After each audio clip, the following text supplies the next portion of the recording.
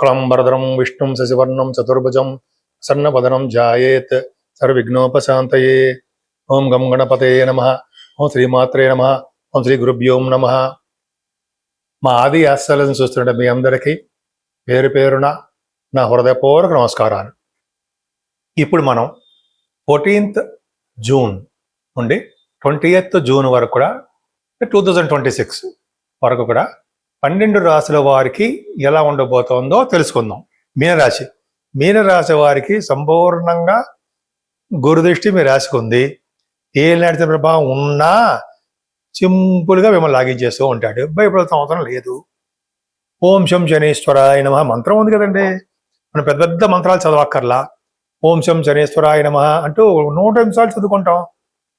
పూజ అయిపోయి మన స్నానం అయిపోయిన వెంటనే చాలు. ఇది ఎక్కడ ఉన్నా సరే 100 నిమిషాలు చేసుకుంటాం. శనీశ్వరుడు కాపాడుతాడు. ఆంజనేయ స్వామి మన దర్శనం చేసుకుంటాం, ఆయన కాపాడుతాడు. కుజుడు ఉన్నాడు ద్వితీయ భావంలో. కుజుడు మంచివాడ కాదండి, కానీ సెకండ్ హౌస్లో ఉండడం వలన కుటుంబంలో వృద్ధిని, అదృష్టాన్ని, విద్యని, రియల్ ఎస్టేట్ రంగంలో బిజినెస్ బాగా రాణించడము, ధన ప్రాప్తి కలగడానికి అవకాశం ఉంటుంది. చతుర్థ భావంలో రఘుబుధులు ఉన్నారు కదండి, ఆ మాటల అక్కడ బుధాదిత్య యోగంలో ఉన్నారు. రఘుబుధుల వలన విద్య బ్రహ్మాండంగా వస్తుంది. ఈ తల్లి గారికి అద్భుతంగా బాగుంటుంది. అంతేకాకుండా వేదశాస్త్ర విద్యలో కూడా విద్యార్థులు బాగా రాణిస్తారు. బంగారాభరణాలు, వాహనాలు, గృహాలు, ఖరీదైనటువంటి ఆభరణాలు, వస్తువులు మీ ఇంట్లో ఉంటాయి. అన్నిటికంటే మించింది పంచమ స్థానంలో గురుడు. పైగా మాకు డిసెంబర్ 5 నుంచి లాభంలోకి రాహు. ఇంకా మమ్మల్ని పట్టుకునే వారు ఉంటారా అండి? రాజకీయ రంగంలో కానీ, వ్యాపారాల్లో కానీ, అసలు మామూలుగా ఏ టైప్లో కానీ మీనరాశి వారికి ఎదురే లేదని చెప్తాను నేనైతే. ఒక్క మొక్కలు చెప్పాలంటే, కాన్ఫిడెంట్గా చెప్పాలంటే ఎదురు లేదు మీకు. 12 రాశుల కంటే మీ యొక్క రాశికి మాత్రం పంచమంలో గురుడు, లాభంలో రాహు మనకు పట్టేవాడే లేడు. అంటే అంత కాన్ఫిడెన్స్ అంటే మీ జాతకాల ప్రకారం చూసుకోవాలి. నేను చెప్పేది గోచారం. పుత్ర సంతానాన్ని ఇస్తాడు, అదృష్టాన్ని ఇస్తాడు. అలాగే సాహిత్య రంగంలో బ్రహ్మాండంగా ఉండేది చేస్తుంటాడు. స్టాక్ మార్కెట్లో విపరీతంగా బాగా రాణిస్తారు. కేతు ప్రభావం వలన కాంపిటీషన్ ఎగ్జామ్స్లో కానీ, విదేశాలు వెళ్ళడం కానీ బ్రహ్మాండంగా ఉంటుంది. కానీ శని ప్రభావం వలన భార్య భర్త లేక కొద్దిగా చిన్న మనస్పర్ధలు రావడానికి అవకాశం ఉందండి. భయపడాల్సిన అవసరం ఏమీ లేదు. అలాగే భాగ్యస్థానానికి కూడా గురుదృష్టి కాబట్టి చక్కటి చదువు, ఉన్నతమైన విద్య, అది డాక్టర్స్ విద్య వస్తుంది మీకు. అలాగే ఇంజనీరింగ్ విద్య అద్భుతంగా ఉంటుంది. కుజశని కాంబినేషన్ ఇంజనీరింగ్. సరే, అది ఒకటి పక్కన పెడితే మీకు విద్యలో, వేదశాస్త్ర విద్యలో ఆ పారంగతులు అవ్వడము, విదేశాలు వెళ్ళడం, తీర్థయాత్రలు చేస్తారు. గొప్ప అదృష్టం అండి. కాకపోతే అంటే మీరు చేస్తున్న ఉద్యోగాల్లో ఏదో ఆటంకాలు, ప్రమోషన్స్ రాకపోవడాలు, సాటిస్ఫాక్షన్ లేకుండా ఉండడాలు, ప్రభుత్వ రంగ సంస్థలు కానీ, లేకపోతే విద్యా సంస్థలు కానీ, లేకపోతే సాఫ్ట్వేర్ రంగ ఉద్యోగస్తులు ఉద్యోగం ఇబ్బందులు ఉంటాయి. భయపడాల్సిన అవసరం లేదు. ఉద్యోగం కానీ, వ్యాపారం కానీ అన్నది సూక్తి ఉంది. వ్యాపారంలో మాత్రం అధికమైన సంపాదన ఉంటుంది మీకు, ఊహించరు. ఏ వ్యాపారాన్ని సరే, బట్టల వ్యాపారం, గోల్డ్ వ్యాపారం కానీ, వెండి కానీ, నేను ఉదాహరణ చెప్తానండి. అయితే ఫుడ్ బిజినెస్ కానీ గుర్తులు చెప్తున్నా. ఆటోమొబైల్ ఇండస్ట్రీస్ కానీ, అలాగే ఫార్మా రంగం, సిమెంట్ రంగాలు, ఏ రంగంలో ఉండండి మీరు, ఆ రంగంలో బట్టల, మీరు ఇంకా చెప్పాలండి ఫుడ్, వాటిలో బాగా డబ్బు సంపాదించుకుంటారు. ఏ ప్రాబ్లం లేదండి, భయపడాల్సిన అవసరం లేదు. నేను మీ డాక్టర్ బాడ్రి ఆదినారాయణరావు అండి. అస్ట్రాలజీలో 36 years నుంచి ఉన్నాను. అది చెప్తాను, తర్వాత ఆల్రెడీ చెప్తున్నాను. 1990 నుంచి ఉన్నాను నేను. సరే, అదని పక్కా పెడతామండి. పక్కా పెడితే ముఖ్యంగా మీ జాతకాలు చూపించుకోవాలనుకున్నా, అంటే మీ ఫ్రెండ్ సర్కిల్లో కానీ, అంటే మీకు ఎవరైనా, మీకు సోదరి వర్గానికి కానీ, ఎవరైనా కుటుంబ సభ్యులకి ఎవరైనా జాతకాలు చూపించుకోవాలనుకుంటే వాళ్ళకి date of birth, time of birth, place of birth ఉండాలండి. ముఖ్యంగా ఉద్యోగాలు ప్రాబ్లమ్స్ ఉండొచ్చు. అయితే వివాహాలు చాలామందికి అవసరం కావట్లేదు. అలాగే అంతేకాకుండా ఉద్యోగాలు విదేశాల్లో, అలాగే స్టాంపింగ్ అవ్వడం, వీసా. నేను కొంతమంది చెప్పానండి వీసా స్టాంపింగ్ అవుతుందని, వచ్చాయి వాళ్ళకి ఉద్యోగాలు కూడా వచ్చాయి. సరే, అది పెద్ద ప్రభావం అది కాదు. అదొకటి. మనకి ఏ సమస్యలు ఉన్నా కూడా, కుటుంబ సమస్యలు, అలాగే సంతానం ఆలస్యం అయిపోతుంటారు. ఇవన్నీ కూడా మనం జాతకంలో కూడా చూడొచ్చండి. డెప్త్గా వెళ్ళి చూడొచ్చు. అలాగే నేను మీకు చెప్తూ ఉంటాను, ఒక దాంట్లో రికార్డ్ చేస్తా, పంపిస్తా. సరే, మీరు ఫోన్ చేసినట్టు తెలుస్తుంది అనుకోండి. అలాగా నేనే డైరెక్ట్గా మీ ఫోన్తో మాట్లాడుతుంటాను. అంతేకాకుండా నేను ఇలా షూటింగ్స్గా ఉన్నప్పుడు షూట్స్లో ఉన్నప్పుడు మీరు ఒక మెసేజ్ పెట్టండి వాట్సాప్లో, నేనే మీతో మాట్లాడతా, లేదా మా మిస్సెస్ గారు ఫోన్ లిఫ్ట్ చేస్తారు, ఇక్కడ పక్క పెడతామండి. వాస్తు సంబంధించినటువంటి ఏమైనా మీకు ఏమైనా చెప్పించుకోవాలనుకున్నా, లేకపోతే సమస్యలు ఉన్నా మీరు అడగచ్చండి. నేను కూడా వాటిలో కూడా ఉన్నాను.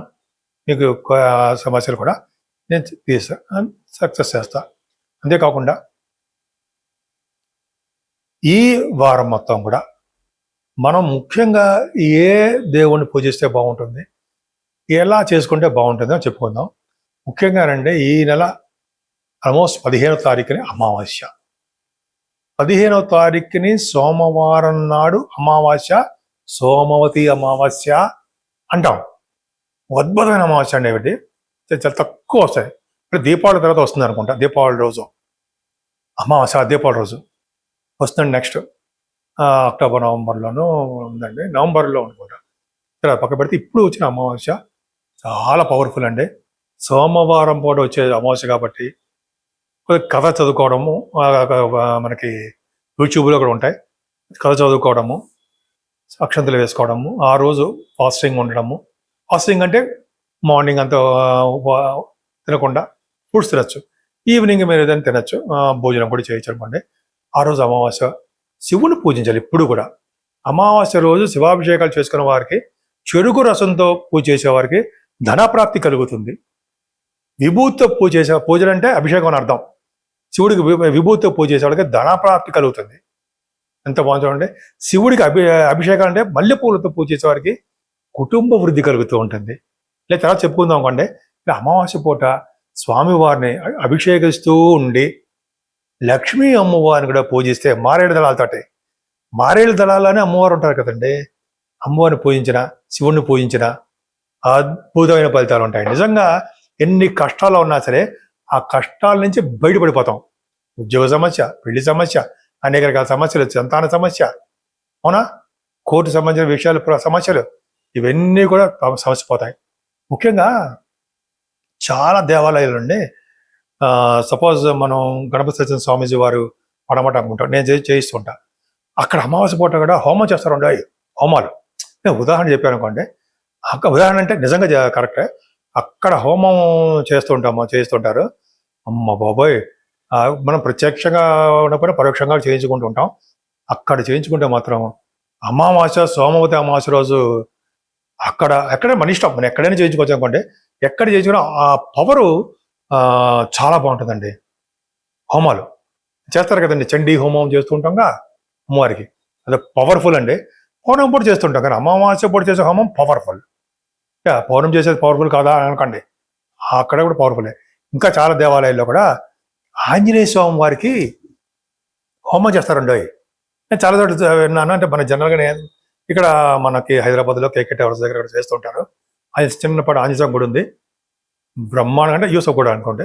అది మాత్రం చాలా చాలా పవర్ఫుల్ అండి. ఆయన దక్షిణముఖంగా ఉంటారు ఆయన. నేను ఎప్పుడూ వెళ్ళి అక్కడ చేయించుకుంటూ ఉంటా. నేను కానీ మన కొంతమంది సభ్యులు ఉంటారు, వాళ్ళకి చేయించుకుంటూ ఉంటాం.